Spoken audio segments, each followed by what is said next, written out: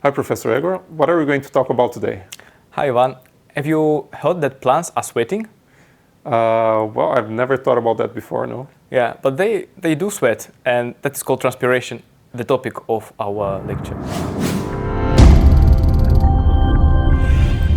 We are sweating in the gym, for example, when our body needs to reduce the heat.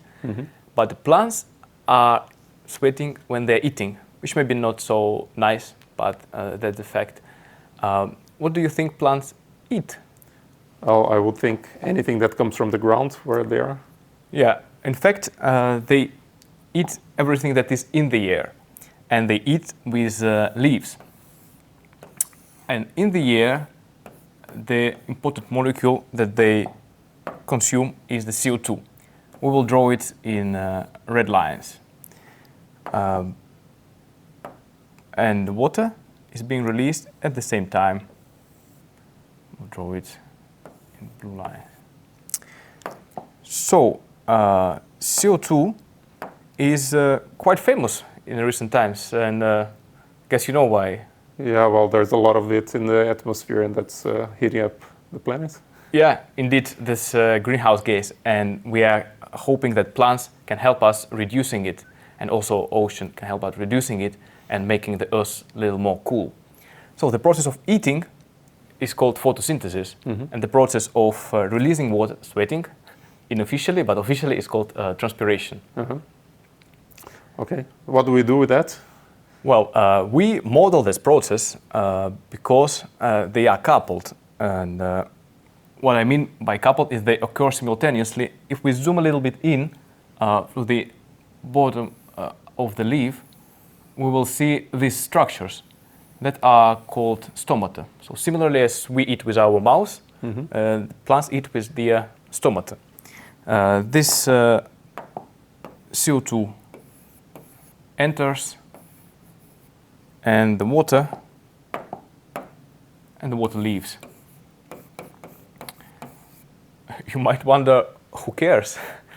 But as I said, first reason is climate change, and second reason is, of course, more practical, farmers. For them, it's quite important to know how much water is being released, and that means how much water is needed to grow their crops.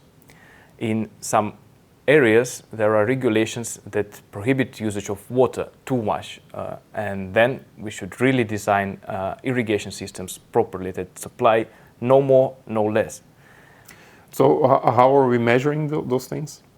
Yeah, well, initially it started with leaf chambers, and we literally close the leaf in a chamber where we know how much CO2 and how much water is, and we see in time how this CO2 decreases and water increases, which means with this rate is the rate of photosynthesis, or what we call photosynthesis.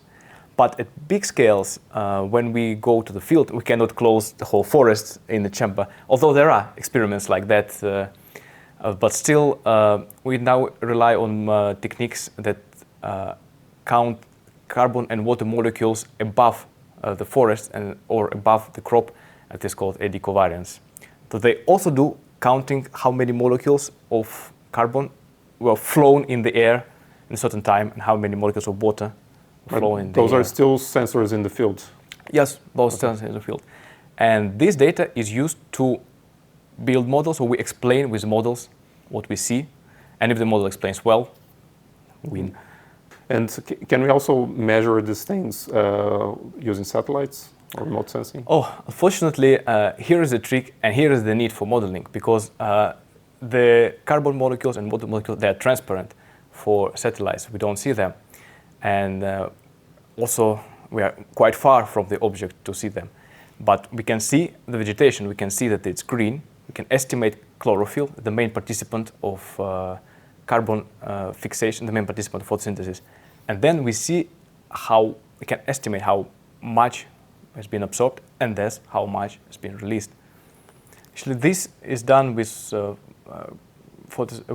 greenness of plants and chlorophyll, and that one is usually done by sweating. So we come back to the beginning of our talk, because we see how much plant reduces the temperature Oh, okay, so when it sweats, it also lowers temperature. Yes, that is another idea. How do you see this kind of action helping with global warming? Do you think that's going to play a big part of it? Yeah, well, essentially that is how it has been discovered, and the impact of human has been discovered. That they built models that they simulate climate on the Earth, and they tried to see if this increasing of temperature is a normal oscillation, a normal cycle of the Earth or not. And the only way they were able to explain is by injecting more CO2 in the model. It means that the CO2 comes from us and it doesn't get absorbed. Do you want to be a GeoHero as well?